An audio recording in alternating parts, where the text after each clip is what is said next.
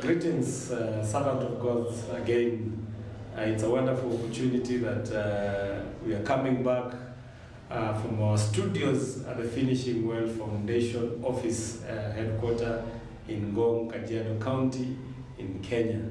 And we've just concluded the East African Fire and Anointing Conference hosted by our minister, Dr. Michelle Corral, all the way from America, Breath of the Spirit International Ministries. And it was a wonderful opportunity that pastors came from all over Kenya and East Africa to come and be impacted by the anointing of God for the work of the ministry. And it was a great opportunity that the Finishing Well Foundation was involved in ensuring that the meeting goes on well. And we thank God because that opportunity gave us an opportunity for the Secretariat in the Finishing Well Foundation to be able to conduct the planning, the execution of the fire conference. It started from the online registration forms where people were registering to be delegates for the conference, and then it followed by calls to ensure that the people who have registered, they have confirmed that they are coming for the conference.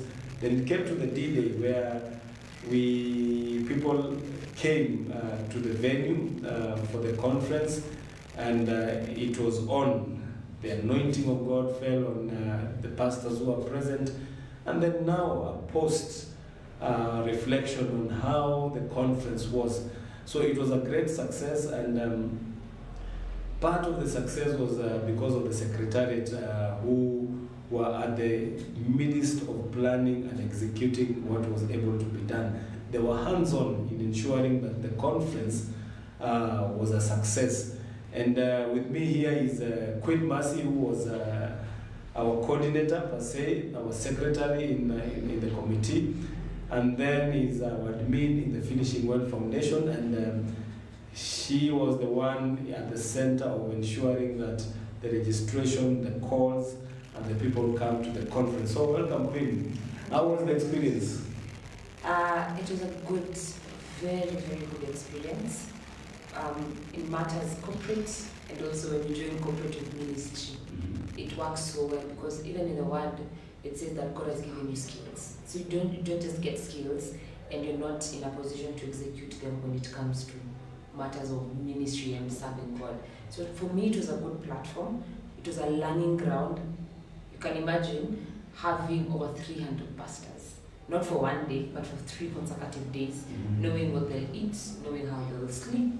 It was a learning ground for myself as an individual.